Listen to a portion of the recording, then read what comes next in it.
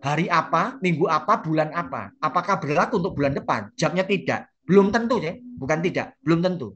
Nah, maka pendekatan ini dinamakan personal. Yang ini ya, ini tidak ada. Nah, sekarang ini simbolnya untuk menyatakan probabilitas pakai huruf besar ya, P, probability, peluang. Kejadian atau peristiwa menurut ilmu statistik itu dinotasikan pakai huruf besar. A, alfabet ya, A, B, C, D, E sampai Z. Contoh seperti ini. Ini nilai probabilitas dari suatu peristiwa A, kok nilainya nol, Pak?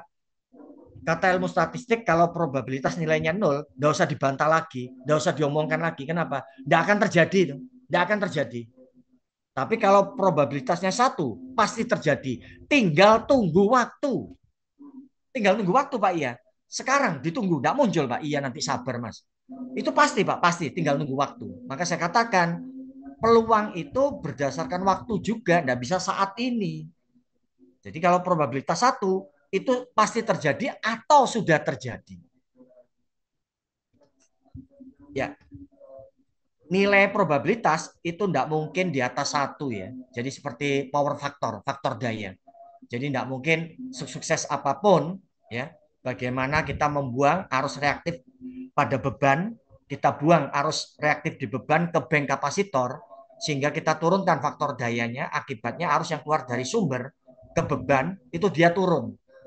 Kenapa dia turun? Karena arus yang keluar dari sumber dijumlah dengan arus pada bank kapasitor, itulah arus yang diambil di beban. Apapun nanti faktor daya tidak akan melebihi satu dan tidak boleh bernilai satu karena resonansi arus. Tidak boleh itu kapasitornya bisa rusak itu. Ya, terjadi aliran resonansi. Resonansi paralel, Pak. Iya. Nah, di sini serupa. Apapun sukses apapun satu, tidak mungkin satu koma. Nilainya di antara 0 dan satu. Kemudian kejadian A ada nggak di luar kejadian A, Pak?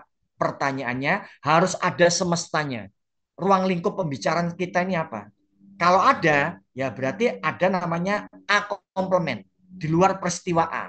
Jadi peristiwa A ditambah dengan peristiwa di luar A itu adalah semesta pembicaraan kita. Kalau kita hitung probabilitasnya itu satu. Itu yang ada di dalam semesta pembicaraan. Berarti A union A komplement itu semesta, himpunan pembicaraan kita. Jadi hampir sama dengan teori himpunan ya. Nah, ini yang tadi kejadian saling meniadakan tidak dapat terjadi bersama-sama. Ini dimungkinkan terjadi bersama-sama. Ini rumus matematiknya. Apa? Komting? Halo, Komting? Dengar suara saya? Komting? Halo, Terdengar Pak Komting? Ir, Ya. Nanti kalau ini terdengar Pak. Oh, ya, kalau ini putus di tengah jalan, saya sambung lagi ya. Kemudian selesai dah. Ya. Nanti kalau ini kita putus, oh tetap ya, standby. Setelah itu kalau putus lagi, oke, selesai. Ya, ini ya. formulasinya ya. Baik Pak Irian. Ya, Ya. ini formulasinya. Jadi kita bisa menentukan rumus probabilitas dengan mudah kalau kita tahu kejadiannya. Rumus matematiknya kalau kita lihat, ini penjumlahan Pak, pakai rumus himpunan Pak. Union itu gabungan Pak. Intersection Pak, iya. Ini kalau peristiwanya adalah saling meniadakan dan tidak saling meniadakan. Contoh yang A, interseksinya bernilai nol. Kenapa? Nggak mungkin kejadian A sama B itu muncul bersama-sama. Berarti dianggap nol. Sehingga yang tertulis hanya ini aja. Tapi kalau kejadiannya itu non mutually eksklusif, artinya apa? Kedua peristiwa atau lebih itu bisa Pak muncul bersama-sama Pak. Ya dicari. Contoh rumus yang ketiga ini betul kan ya? Kurang satu ini. A union C. Union itu kalau di ilmu probabilitas itu dibaca atau. Kalau interseksi itu bacanya dan di ilmu probabilitas. Karena ilmu probabilitas itu ngitungnya pakai rumus matematik teori himpunan. Ini kalau kita lihat gini kan matematiknya itu kan tidak salah teori himpunan ini ya. Subset, himpunan bagian. Ada himpunan bagian, subset. Nah, di sini adalah interseksi. Ini interseksi, ini adalah gabungan atau ini dan. Ini kurang satu ya C ya. Ya tinggal probabilitas A itu berapa, B itu berapa, C itu berapa, kemudian dikurangi irisan. Artinya kalau A dan B itu terjadi, berapa nilainya? Dikurangi dengan A dan C kalau terjadi itu berapa? Dikurangi dengan B dan C kalau terjadi itu berapa? Baru dijumlah kalau ketiga-tiganya itu terjadi. Nah ini kalau sifatnya istilahnya mutually eksklusif. Ini rumusnya. Ya rumusnya cuma ini aja. Oke, nah, saya lanjutkan. Nah, contohnya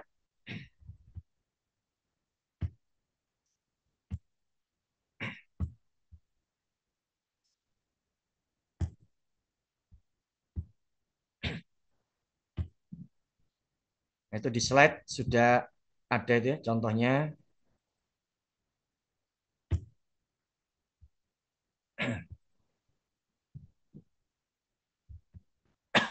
Sebentar, ini kok ada trouble.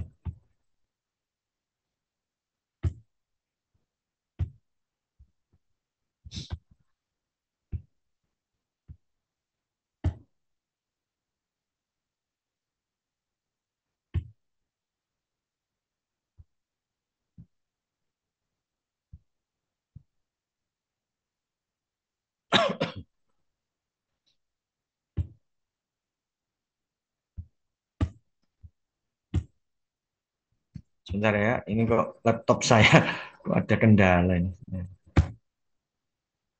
Iya, baik, Oke, baik. nah, kurang 10 menit lagi. Ini sering ngadat, ini kemarin enggak.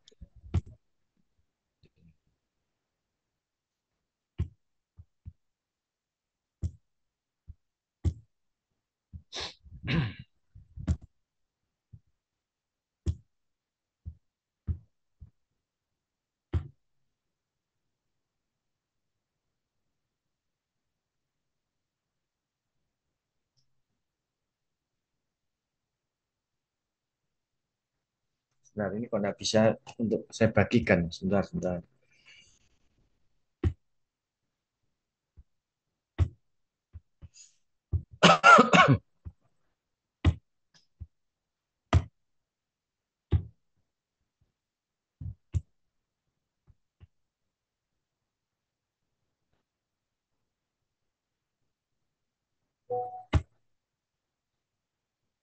Nah, ini baru bisa.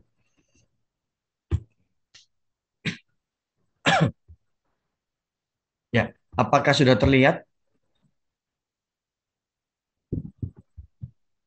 Sudah, Pak Ir. Sudah terlihat Pak Ir.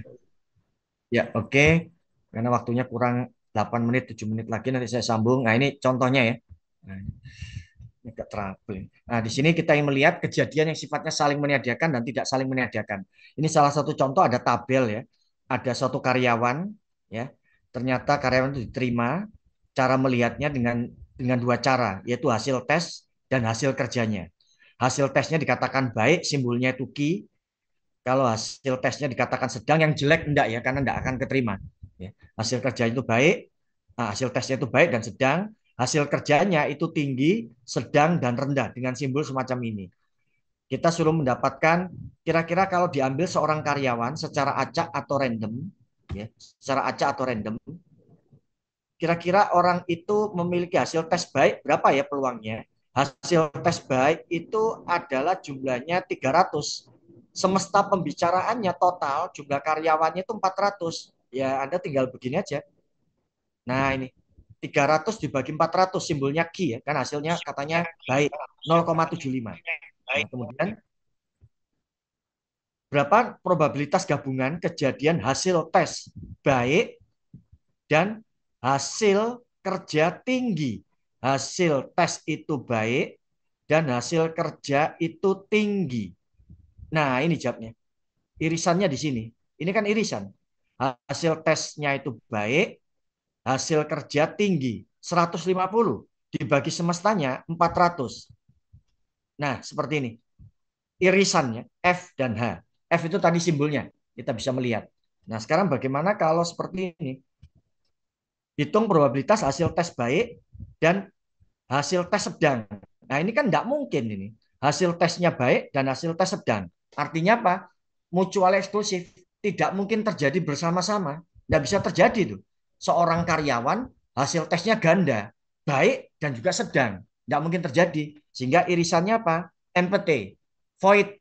Nol. Tidak ada. Kosong. Himpunan kosong. Nah, sekarang yang D, hitung probabilitas seorang karyawan memiliki hasil kerja yang tinggi atau, nah kalau atau itu choice ya, atau itu berarti or, choice memilih hasil kerja tinggi atau sedang hasil kerja. Ini kalau dan, ataunya diganti dan, ya MPT, void nol, tapi karena atau, choice memilih hasil kerja tinggi, hasil kerjanya itu tinggi, yaitu 190 simbolnya H, atau hasil kerjanya adalah sedang. Simbolnya A, 120. Matematiknya diapakan, Pak? Dijumlah. Tadi kan ada rumusnya.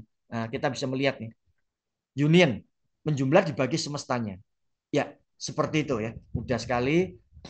Nah, ini yang nanti independen. Ini kejadian independen. Nah, nanti ada tugas ini nanti kerjakan ya. Terus dikumpulkan, nanti ada tugas lagi. Nah, ini yang independen sama dependen bersyarat.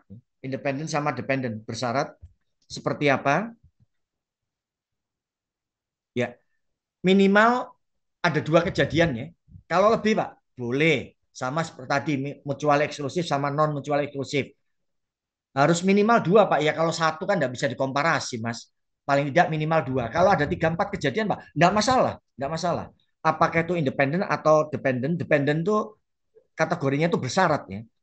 Nah di sini dikatakan independen kalau probabilitas terjadinya peristiwa A itu tidak ada kaitannya, tidak ngefek sama sekali dengan peristiwa terjadinya B. Maka itu kedua kejadian itu independen. Tetapi kalau ada peristiwa A, nilai probabilitasnya itu sangat mempengaruhi pada kejadian B, maka kejadian A sama B itu dinamakan dependen.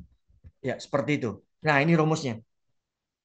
Ini bacanya, saya ingin menghitung berapakah nilai probabilitas peristiwa A, tapi dengan catatan peristiwa B terjadi lebih dulu. Nulisnya begini ya, menurut statistik.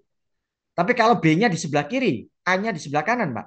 Ya, berarti A itu terjadi lebih dulu. Berapa nilai peluangnya? Harus dicari dulu. Setelah itu baru kita mencari probabilitas B. Ada kaitannya, Pak? Ada. Sehingga nilai probabilitas B itu berkaitan dengan munculnya peristiwa A. Maka dikatakan probabilitas bersyarat. Nah, ini rumusnya. Berapa nilainya probabilitas terjadinya A? Kalau B sudah terjadi, maka yang perlu ditanya itu dua. Peristiwa B, berapa peluangnya? Letakkan di penyebut. Terus yang kedua, berapa nilainya kalau dua-duanya terjadi? Nah, harus ada datanya. Sehingga ini bisa dicari. Atau kalau mau dibalik, kalau ada dua peristiwa, kira-kira berapa peluangnya kalau peristiwa itu terjadi bersama-sama, Pak? Berapa nilai peluangnya? Tapi ada kaitannya nggak A sama B? Ada, Pak. Ya tinggal probabilitas A sama B sama dengan ya ini PB dikalikan PA dengan syarat B. Tapi kalau independen hanya gini aja, karena PB-nya dianggap nol. Kenapa nol, Pak? Tidak ada. Dianggap tidak ada, dianggap satu gitu. Jadi probabilitas A, ya A sendiri. B-nya, Pak, ya nggak usah direken. Karena apa? Karena A tidak ada kaitannya dengan B. B tidak ada kaitannya dengan A. Nah, seperti ini. Kalau independen, berapa peluangnya munculnya A dan B? Tinggal dikalikan aja. Probabilitas A itu berapa, B itu berapa, tinggal dikalikan aja. Kalau independen. Tapi kalau dependen, nah seperti ini. Berapa peluangnya terjadi A dan B, atau ditulis pakai himpunan tuh interseksi ya. Bisa jadi kita mencari B dulu terjadi, baru A-nya. Nah seperti ini, B dulu terjadi, baru A-nya. Atau A dulu terjadi, baru kita cari B-nya. Nah, notasinya seperti ini ya, notasinya. Oke. Nah sekarang permutasi dan kombinasi. Nah, nanti contohnya, kalau ingin tahu tadi ini contohnya yang ini ya, yang bersyarat tadi. Nah ini, dalam suatu perusahaan ada dua jenis barang, yaitu kategorinya M dan O. Probabilitas bahwa produk M akan memberikan keuntungan marginal, profit margin, ini istilah orang-orang ekonomi ya, bisnis, sekurang-kurangnya 10% pada tahun fiskal. Nah ini kan orang-orang bangsa pajak dan sebagainya. Kita hanya melihat datanya aja ya. Diperkirakan sekian memberikan keuntungannya. Probabilitas untuk produk O akan memberikan keuntungan margin sekurang-kurangnya 10%, 0,1. Diperkirakan 0,2 probabilitas bahwa kedua produk secara bersama-sama akan memberikan keuntungan marginal. Sekian, diperkirakan 0,06. Pertanyaannya, berapakah nilai probabilitas bahwa produk O memberikan keuntungan marginal sekurang-kurangnya 10% dengan syarat. Nah, ini ya, kan dependent kalau dengan syarat tuh. Produk M harus memberikan keuntungan marginal sekurang-kurangnya 10%. Nah, nulisnya matematiknya begini. Saya mau tanya, berapa nilai peluang kalau produksi jenis barangnya O tapi dengan catatan produk M diproduksi lebih dulu. Barang produksi M, nilai probabilitasnya itu 0,3. Dia memberikan keuntungannya. Nilai probabilitasnya adalah 0,3. untuk produksi M ini. Nah, sekarang untuk kedua-duanya kalau diproduksi M dan O itu memberikan keuntungan berapa? Nah, ini ada 0,06. Nah, di sini tinggal kita bagi aja. Ini dibagi ini 0,2. Nah, sekarang kita cek di sini, buktikan bahwa pencapaian keuntungan marginal sekurang-kurangnya 10% kedua produk tersebut adalah independen. Independen tuh maksudnya demikian. Kita ngujinya salah satu aja. Contoh, saya ingin mencari ini tadi kan, berapa